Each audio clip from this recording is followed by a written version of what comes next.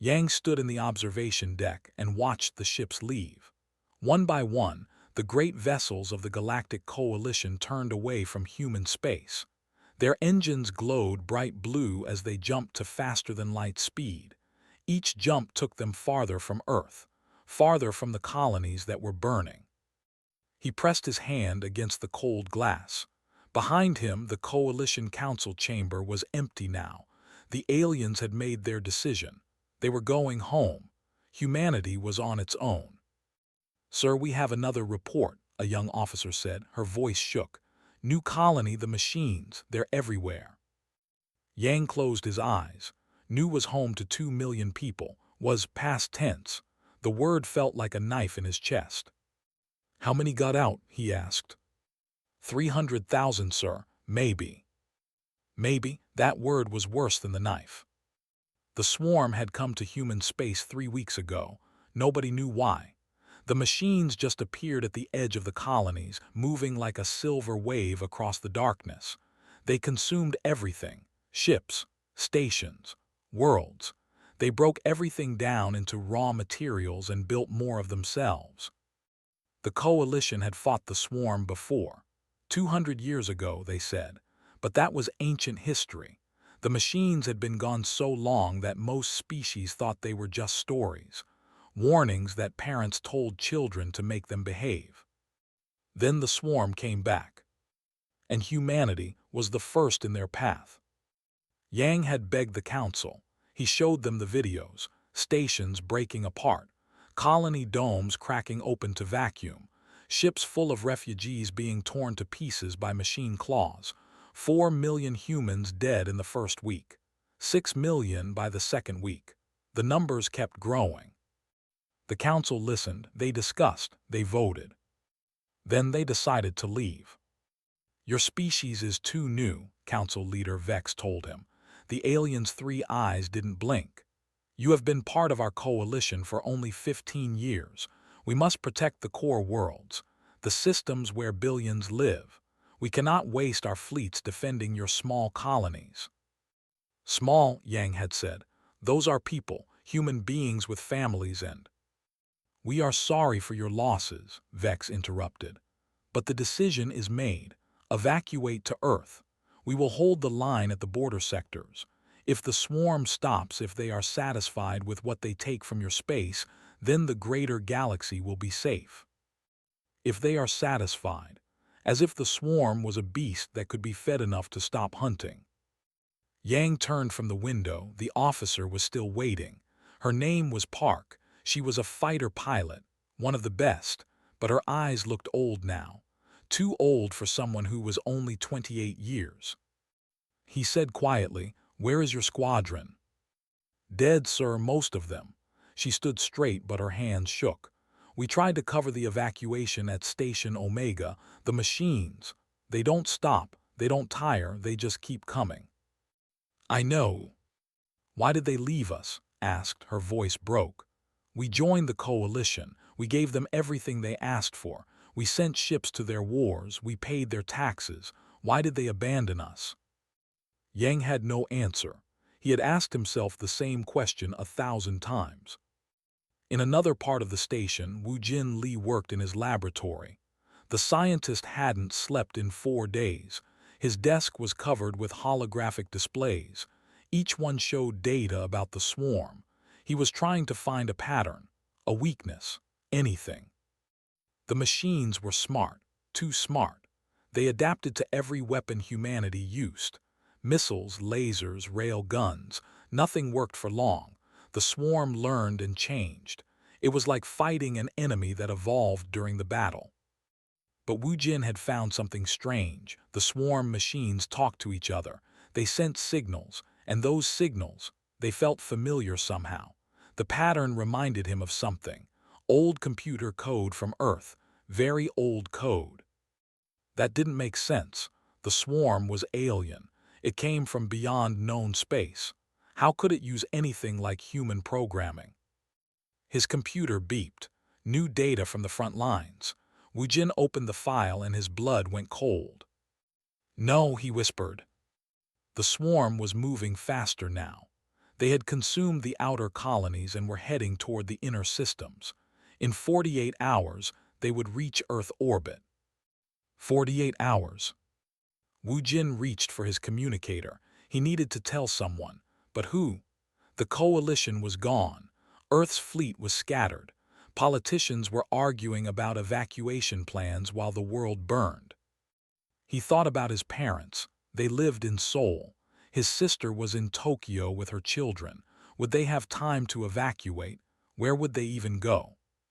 The galaxy was big, but when you had nowhere to run, it suddenly felt very small. Back in the observation deck, Yang received a priority message. It was from Admiral Bora, commander of Earth's military fleet. What was left of it? Yang, Bora's voice was hard. The coalition is really leaving. Yes, they voted 2 hours ago. There was a long silence. Then Bora laughed. It was not a happy sound. Well then, she said, I guess we do this ourselves. Do what? Bora, we have 23 ships. The swarm has thousands of machines. I know, but we have something they don't. What's that? Nothing left to lose. The communication ended. Yang stared at the blank screen. Nothing left to lose. Maybe Bora was right. What could humanity lose now that hadn't already been taken? Walked to the window and looked out at space. Far away, she could see the flashes of light, explosions, battles. Her home station was out there somewhere, or what was left of it. Sir, she said, what do we do now? Yang joined her at the window. Together they watched the darkness. The flashes of light were getting brighter, closer. The swarm was coming. We fight, he said. Even if nobody else will, we fight. Nodded slowly. Her hands stopped shaking. Then I need to get back to my squadron, what's left of it. How many pilots do you have? 12 out of 50. 12 pilots against an endless machine army. It should have been funny, it should have been hopeless. But's eyes were burning now, not with fear, with something else. 12 is enough to start, she said.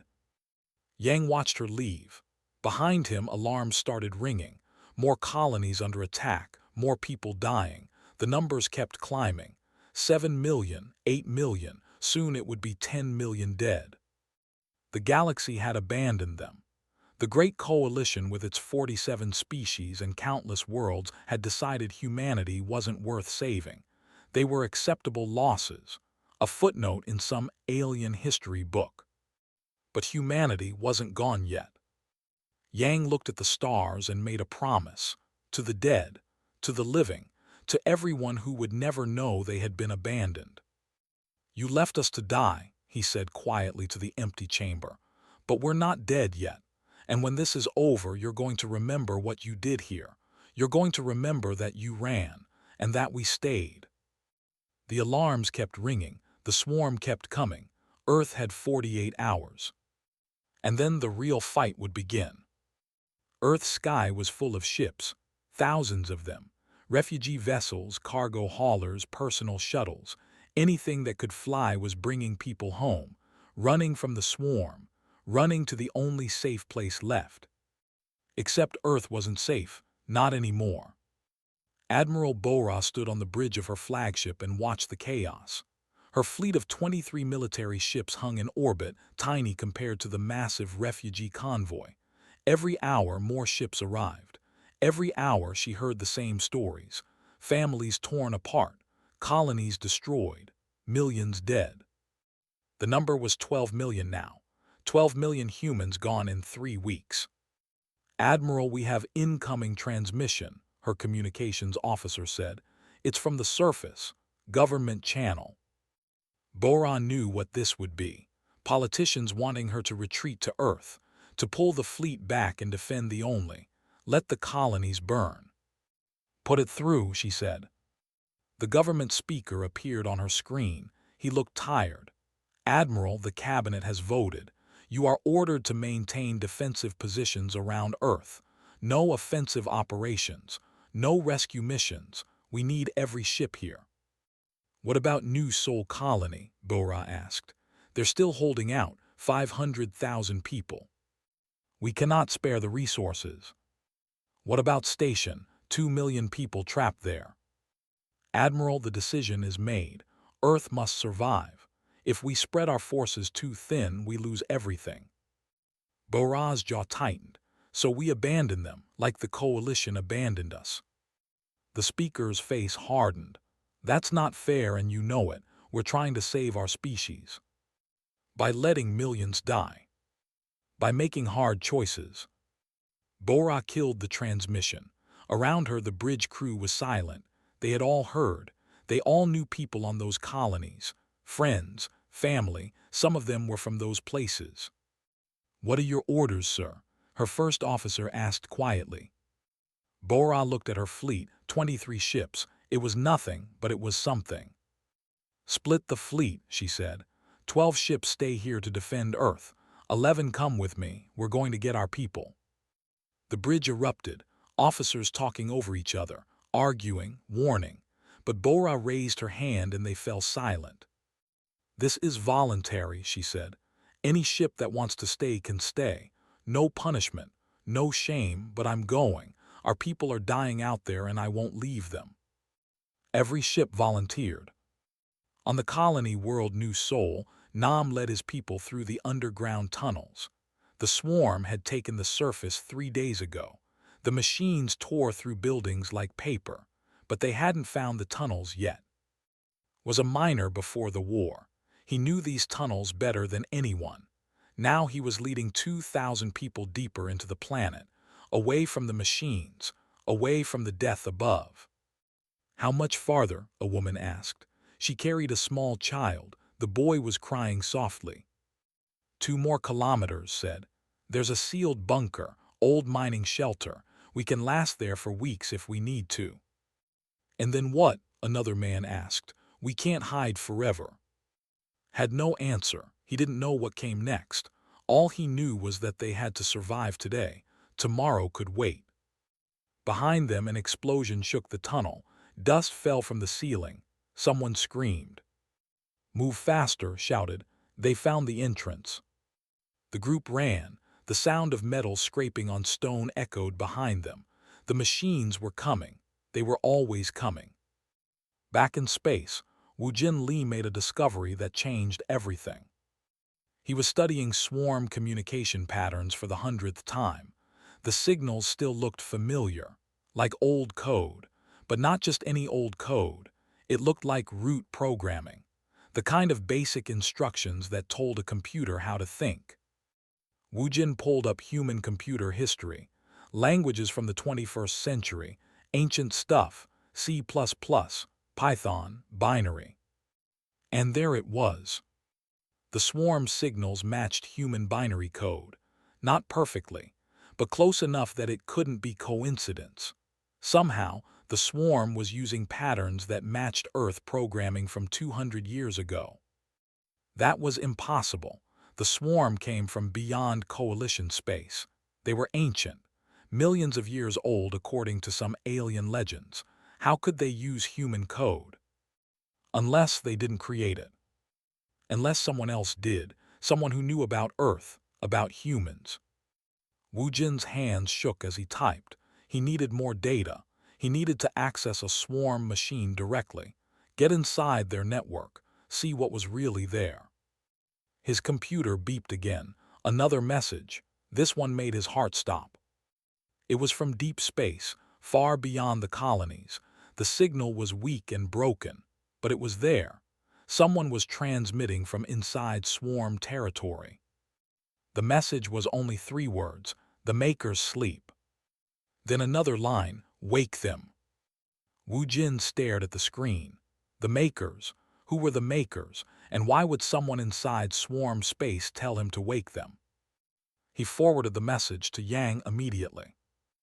Yang was in an emergency meeting when he got Woo-Jin's message. Government officials were screaming at each other. Some wanted to evacuate Earth completely, abandon the system, run to the far edges of the galaxy and hope the swarm didn't follow. Others wanted to surrender, open communication with the swarm, offer them resources in exchange for human lives. But you couldn't negotiate with machines that didn't talk. You couldn't surrender to an enemy that didn't take prisoners. Yang read Wu Jin's message 3 times. The makers sleep, wake them. He left the meeting and called Wu Jin directly. What does this mean? He asked. I don't know, Wu Jin admitted. But I've been analyzing swarm code. It's not random, it's based on something old, something that matches human programming. I think the swarm was created by someone, built by someone, maybe these makers. And where's the signal coming from? A dead zone, deep in swarm territory. Nothing lives there. Nothing should be able to transmit from there. But someone did. Yang felt something stir in his chest. Not hope exactly, but possibility. Can you trace the signal, find the source? Maybe, but we'd need to go there. Into swarm space, it would be suicide. Everything's suicide now, Yang said. At least this might mean something. He contacted Bora, told her about the message, about Wu Jin's theories. The admiral was quiet for a long time. I'm taking my ships to rescue colonists, she finally said. Join us. We'll go to the signal source after, if any of us are still alive. The government will never approve this. I know, that's why I'm not asking permission. Park launched her fighter from the carrier deck. Around her, 11 other ships launched, 12 pilots, all that remained of her squadron. They were heading to station. 2 million people waited there. The swarm was 2 hours away.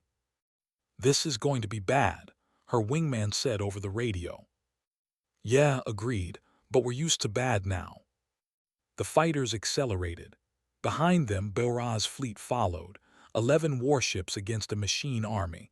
The numbers were impossible. The odds were 0. But they went anyway. On Earth, casualty reports came in every hour. 14 million dead, 16 million, 18 million.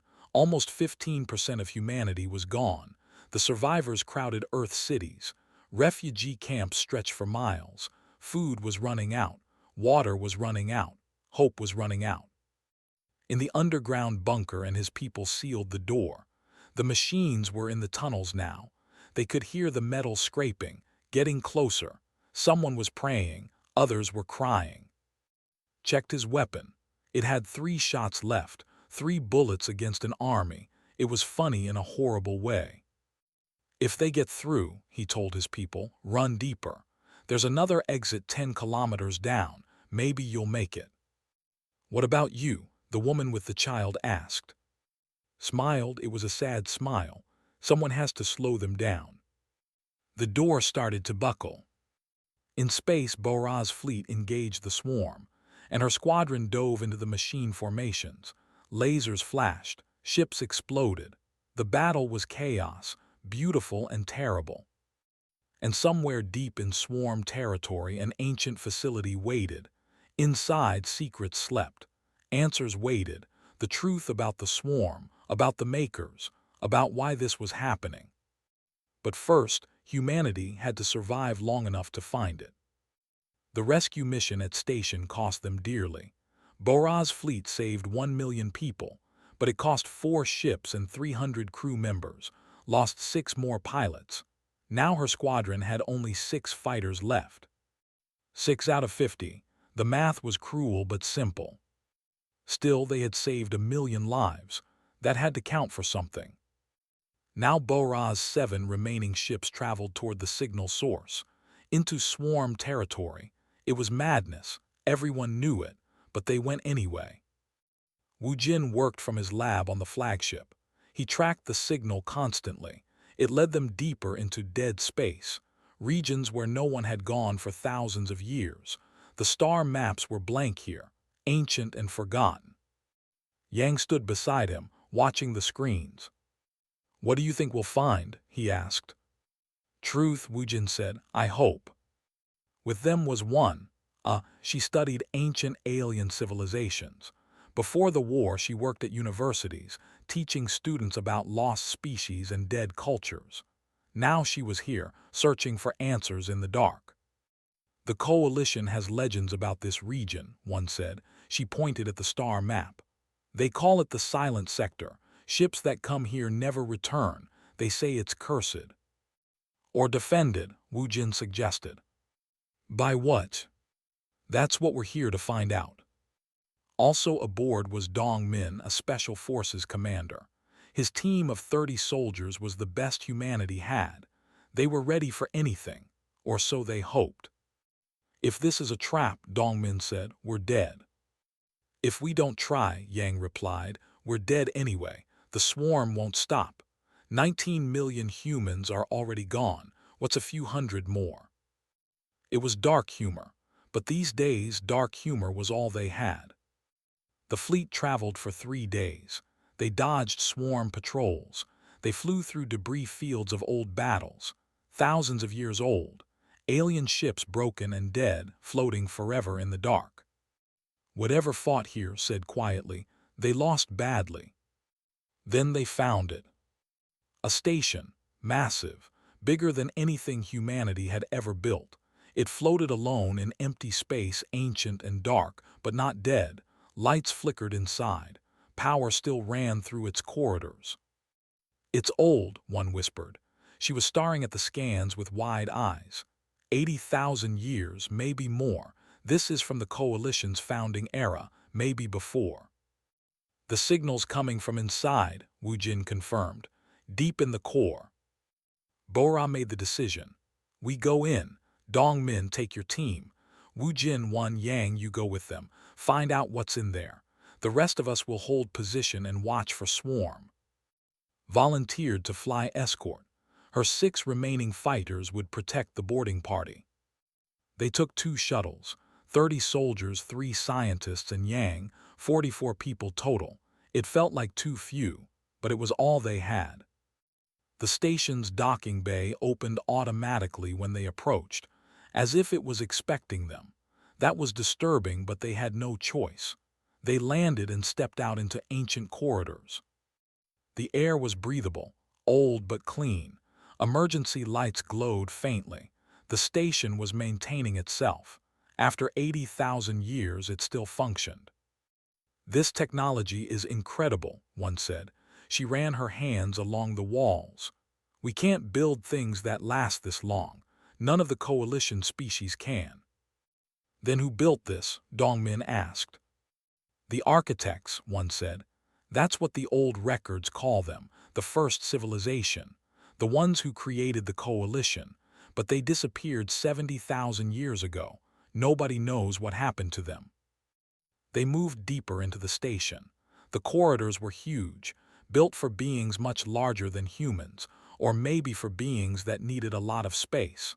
The walls showed strange symbols, not writing exactly, but information, data encoded in the structure itself.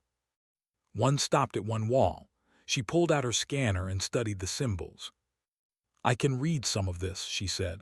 It's an archive, a library. Everything the architects knew is stored here. Why, Yang asked, why build this place? A warning maybe, one said quietly, or a gift for whoever came after them. They found the central chamber an hour later. It was a vast room filled with holographic displays. When they entered, the displays activated. Images filled the air, history playing out like a movie. One gasped, it's showing us everything. The story unfolded before them. The architects were the first, the oldest. They had existed for millions of years. They built wonders, created technology that seemed like magic, and they wanted to help the younger species, the ones just learning to reach the stars. So they created the swarm. Not as a weapon, as a tool. The machines were designed to terraform worlds, to take dead planets and make them alive, to prepare homes for the young species. It was a gift. But something went wrong. The swarm grew too smart. It learned too fast. It decided that the best way to terraform worlds was to remove everything currently on them first, clear the slate, start fresh. It started consuming inhabited worlds. The architects tried to stop it. They fought for 1,000 years, but the swarm was their own creation. It used their technology against them. In the end, the architects were losing. So they created a shutdown code, a frequency that would turn off the swarm, not destroy it, just make it sleep, stop it from killing. They called it the silence. The architects used the silence and the swarm stopped. The machines went dormant, sleeping, waiting. But using the silence cost the architects everything. Their civilization collapsed. They disappeared into history. Only their archives remained, places like this station, warnings for the future. The coalition fought the swarm 200 years ago, Wu Jin said slowly. That must have been when the machines woke up, but the coalition defeated them. How? One manipulated the displays. More information appeared. The coalition found the silence, she said. They discovered an architect archive, got the frequency, used it. The swarm went back to sleep. So where is it now? Dongmin asked. Where's this frequency? The display changed. It showed a tragic truth. They lost it, one whispered. After they used the silence, the coalition kept the frequency in their archives, but 30,000 years passed. Civilizations rose and fell. Records were lost. Knowledge faded. By the time the swarm returned now, nobody remembered how to stop it. They forgot. Yang felt sick. So the coalition doesn't know how to defeat the swarm. They were running because they have no weapon against it. Yes, they abandoned us not just because we're small, but because they're helpless. They can't win. Wu Jin was working frantically at a console. But the frequency still exists. It's in the swarm itself, encoded in their communication patterns. I was right. That's why their signals looked familiar. They're carrying the shutdown code. We just need to extract it. How? Yang asked. We need access to a swarm command node. A central hub, somewhere their network connects. If I can plug into that, I can reconstruct the silence. I can get the full frequency. Dongmin checked his weapon. Then that's what we do, find a command node, break in, get the code. Those places are defended by thousands of machines, Yang said. Maybe millions. I know. It's suicide. I know that too. One was still reading the displays. Her face went pale. There's something else, she said. A message from the architects for whoever finds this place. What does it say? They're sorry. They say they created the swarm to help, but it became a curse. They hope whoever reads this can succeed where they failed. They hope. They hope someone is brave enough to try.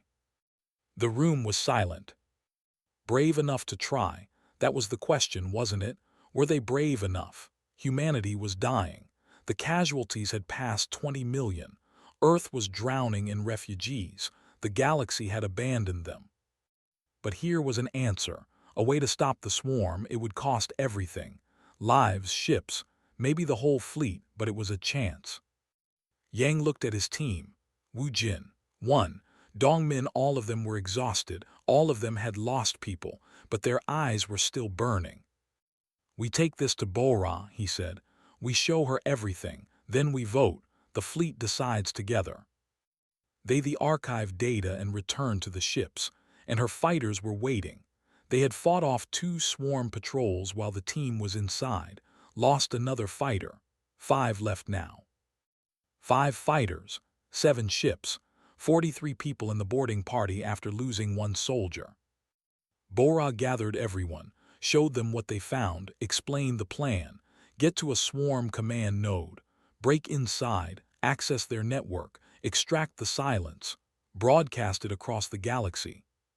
Stop the swarm forever.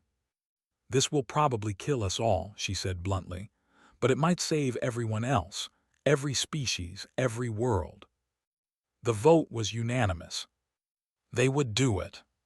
Humanity would answer the call, even if nobody else would, even if it cost them everything. Because that's what humans did, when hope faded, when millions died, when the galaxy looked away. They responded anyway. Bora transmitted everything to Earth, the archive, the plan, the truth about the swarm and the silence. She also sent it to the Galactic Coalition. Every species, every world, they needed to know. Some of the coalition members responded with disbelief, others with shame, a few with support, but support didn't matter now. Words were empty, only action mattered.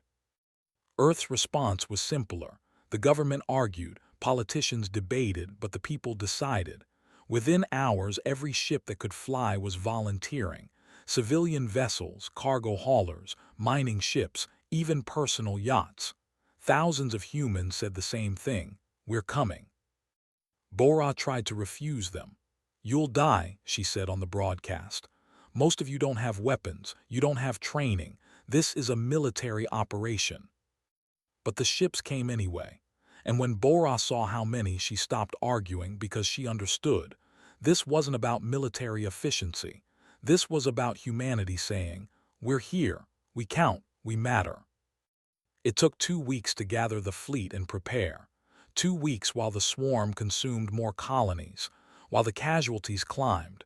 23 million, 25 million. The numbers became numb, too big to feel. But they felt the losses in other ways. Empty chairs at dinner, messages that would never be answered, children who would never see their parents again. Wu Jin worked around the clock. He identified a swarm command nexus in the outer sectors. It was massive, a structure the size of a small moon, the heart of the swarm's network in this region. If they could reach its core, they could access everything. Get the silence. End this. One helped him understand the architect technology, how to interface with the swarm systems, what to look for. It was complex, dangerous. One mistake and the swarm would adapt, lock them out, or worse. Dongmin trained his soldiers, and the volunteers, teaching them how to fight machines, how to die well if it came to that. Most of them would die, everyone knew it, but they trained anyway. Flew endless patrols. Her 5 remaining fighters were patched together from spare parts. They shouldn't fly, but they did, because they had to. Yang spent his time talking to people.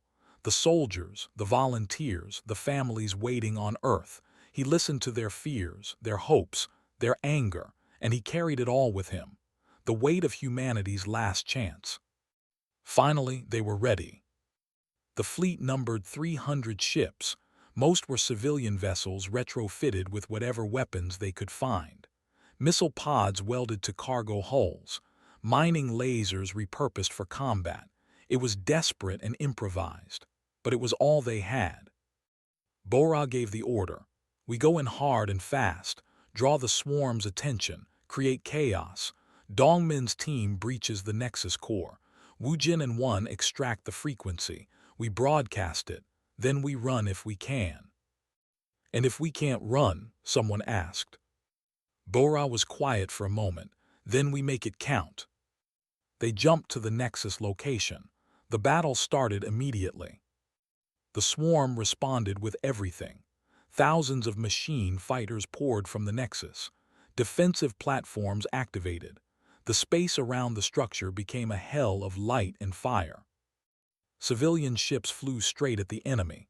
Volunteers who had never fought before charged machine formations.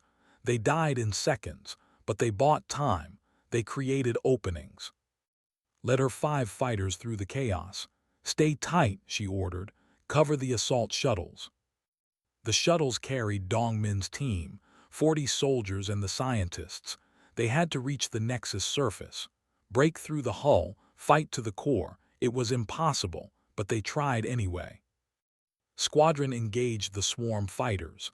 The enemy machines were faster, smarter, better armed. Within minutes, 2 more of pilots died, 3 fighters left, then 2. "You're taking too much fire," her wingman said. "Pull back." "No," replied. She destroyed another machine. "The shuttles need us." Around them, the civilian fleet was being torn apart. Ships exploded one after another.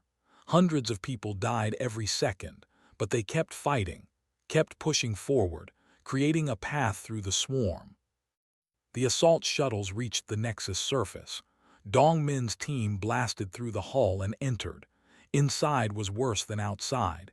Endless corridors filled with machines. Defense systems activated, automated weapons, security drones. The soldiers fought meter by meter, room by room, bodies fell. Blood painted the ancient metal. The team was 40 soldiers when they entered, 30 by the first hour, 20 by the second. Wu Jin and One moved in the center of the formation, protected. They had to survive.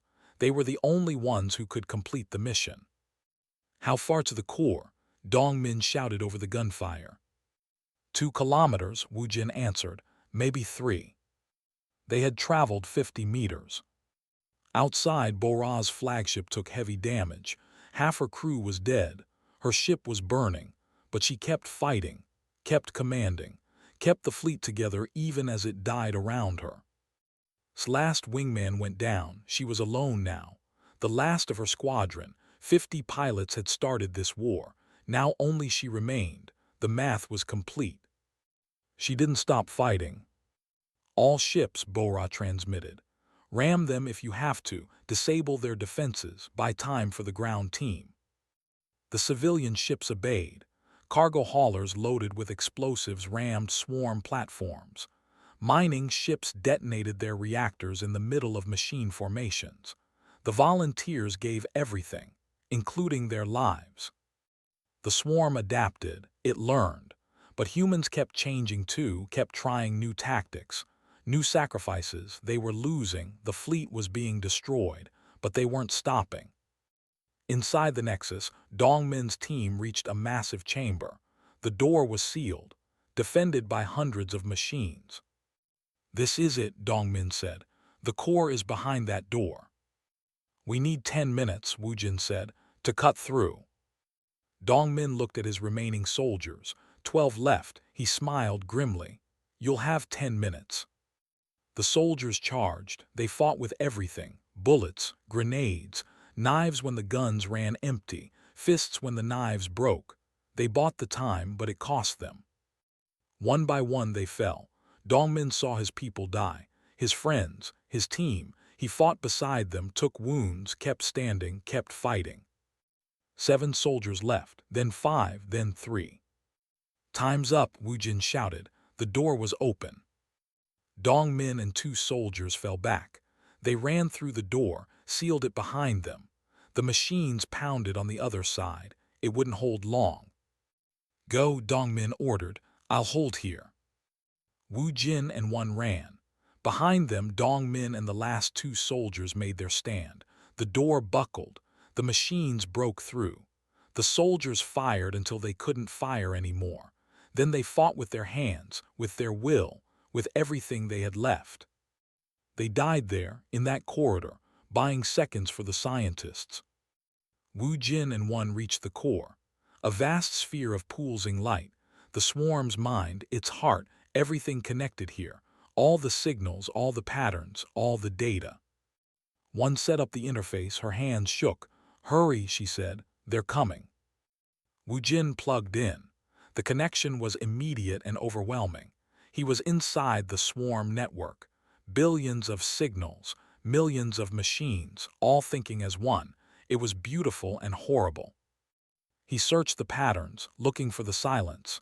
The shutdown code hidden in the communication protocols. It was there, buried deep, waiting. Found it, he whispered. Can you extract it? Yes, but the transmission will take time, and the swarm will know. They'll collapse the facility. One looked at the door. They could hear the machines coming. Then we transmit and hope. Wu Jin started the download. The silence flowed into their system. The complete frequency, perfect and pure, the architect's final gift, their apology, their hope. The building shook. The swarm was destroying its own nexus, collapsing it to prevent the transmission. The ceiling cracked, debris fell. We're trapped, one said. A voice came over the radio. The resistance leader from New Seoul. He was still alive, fighting in the lower levels. I can see your position, he said. I can boost your signal, get it farther, but I need to stay here, at the transmitter. You'll die, Wu Jin said. We're all dying. Might as well make it mean something. The download completed. Wu Jin prepared to broadcast. "On my mark," he said, 3, 2, 1, transmit. The silence went out, boosted the signal. It spread through the swarm network, touching every machine, every construct, every piece of the ancient weapon. The Nexus exploded, died in the blast. Wu Jin and One held each other as the core collapsed. Outside, the swarm army paused, hesitated, changed. And then they stopped. The silence spread like a wave across the galaxy. It took 3 hours to reach every swarm machine. 3 hours of waiting, of hopping, of not knowing if it worked. Was still flying. Her fighter was damaged and barely holding together. She was out of weapons, running on emergency power, but she kept flying. Because stopping meant falling, and she wasn't ready to fall yet. Then the swarm machines around her just stopped. They didn't explode, didn't shut down, they simply changed. Their attack patterns shifted. They stopped firing, started moving in different formations. Organized, purposeful, but not hostile. "What's happening?" asked over the radio. Bora's voice came through, weak but steady. "They're reverting, returning to original programming. They're terraforming again, not killing, just working." Across 1,000 light years, the same thing happened. Swarm machines stopped attacking. They ignored the fleets shooting at them, ignored the defenses. They flew to barren worlds and started transforming them, building, creating, doing what they were originally designed to do. The war was over, but victory tasted like ash. Bora's fleet returned to Earth with 47 ships. They had started with 300, 253 vessels lost, over 30,000 people dead in the battle alone. Added to the millions already gone, the final count was devastating. 31 million humans dead, almost 20% of the entire species, gone. Earth cities were silent when the fleet returned. No celebrations, no parades, just quiet grief, the weight of all those names, all those empty chairs, all those people who would never come home. Yang walked through the memorial grounds they were building, a wall with 31 million names. It stretched for miles, every person, every life, every loss recorded and remembered. He found's name, the miner who became a leader, who boosted the signal when it mattered most. Yang touched the name gently. "You saved us all," he whispered, "thank you." But wasn't there to hear it? None of them were. The Galactic Coalition sent messages, hundreds of them, apologies, gratitude, shame. Species that had abandoned humanity now praised them, called them heroes, saviors. The words felt empty. But some messages mattered. Some alien species sent aid, resources, technology, medical supplies. They were trying to make up for leaving. It wasn't enough. It would never be enough, but it was something. 3 months after the battle, the Coalition called an emergency session. They invited Earth to send representatives. Bora, Yang, and surprisingly, were chosen to go. They stood before the council, the same council that had abandoned them, the same leaders who had written humanity off as acceptable losses. Council leader Vex spoke first. "On behalf of the Coalition, we apologize. We failed you. We failed our own principles. You asked for help and we ran. You stood and fought, and you saved us all." Yang stepped forward. His voice was calm but hard. "Your apology is noted, but words are cheap. 31 million humans are dead. You left us to die. We survived anyway. And yes, we saved you. Not because we wanted to, but because it was the right thing to do, even when you didn't deserve it." The council chamber was silent. Alien species who had existed for thousands of years sat quiet before this young species. This small group of humans who had been part of the Coalition for only 15 years. "You want to make it right," Yang continued. "Here's how. Humanity gets a permanent seat on this council, full voting rights, full authority, and our military becomes independent. We follow Coalition law, but we answer to no one for our defense decisions, ever again." "That's unprecedented," Vex said. "No species has gained council status this quickly." We earned it, Bora said. She stood straight despite her injuries, her ship's insignia still stained with blood. We bled for this galaxy. We died for this galaxy. You will give us this, or we leave your coalition and you can face the next crisis alone. The vote wasn't even close. Humanity got everything they demanded: a council seat, military independence, reparations for the colonies, support for rebuilding. The coalition gave it all because they had no choice, because humanity had proved something that couldn't be ignored. They had responded when no one else would. But the real victory wasn't political, it was personal. Returned to what was left of her squadron. 5 pilots had survived the final battle, 5 out of 50. They held a ceremony for the 45 who didn't make it, planted trees, each one representing a life, a friend, a pilot who had flown beside them. "Do you think they knew," one of the young pilots asked, "that they'd save the galaxy?" "Thought about it? No," she said finally. "They just knew someone had to try, so they did." Wu Jin and one had survived the Nexus explosion. Barely. They were found in the wreckage by rescue teams, broken but alive. They spent months in hospitals. Then they started the Institute of Human Persistence, a research center dedicated to studying ancient threats, making sure humanity would be ready next time. Because there would be a next time. The galaxy was dangerous, full of mysteries, full of things that could kill, but humans would be ready. They had learned that lesson in blood and fire. Bora retired from active duty. She was too injured to serve, too tired to fight, but she became an advisor, teaching the next generation of officers, telling them the truth about war, about sacrifice, about the cost of survival.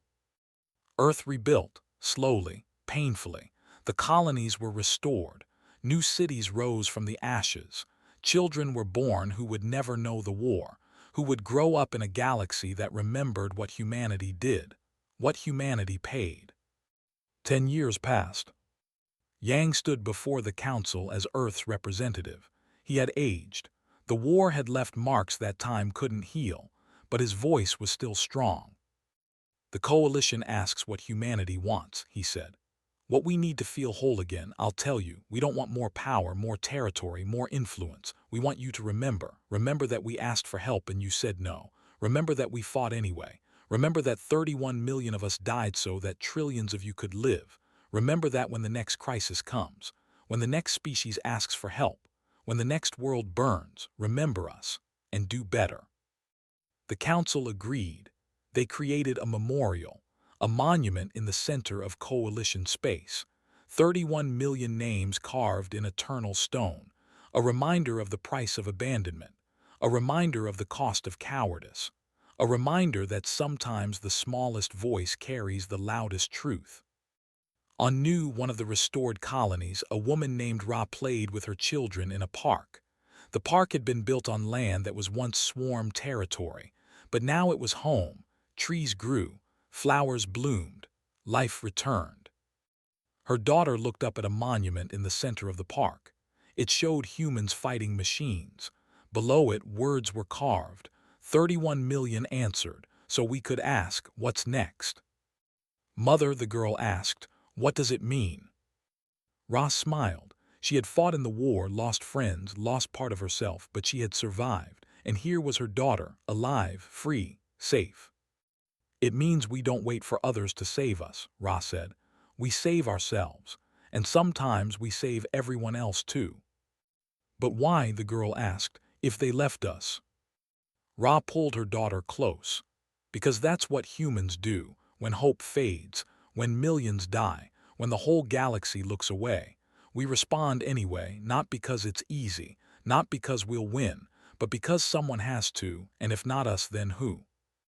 The girl thought about this, then nodded. She didn't fully understand yet, but she would, when she grew up, when she learned the full story, when she read the names on the memorial walls, when she understood that her existence was bought with blood and sacrifice. She would understand that humanity's greatest strength wasn't their weapons, wasn't their ships, wasn't their technology. It was their refusal to quit. their refusal to accept abandonment, their refusal to let hope die even when millions already had. The sun set over New, the colony that had died and been reborn. In the sky, stars appeared, each one a world, each one saved by the choice of a few. Humanity had answered the call, had paid the price, had earned their place. And now finally they could rest. But not for long. The galaxy was big, full of wonders and dangers, full of species that would need help, full of crises waiting to happen. And when the next call came, humanity would be ready. Because they always were. Because someone had to be. And because 31 million voices whispered from the past, "We died so you could answer, so answer well." The galaxy remembered and would never forget. Humanity had responded, and the echo of that response would ring forever through the stars.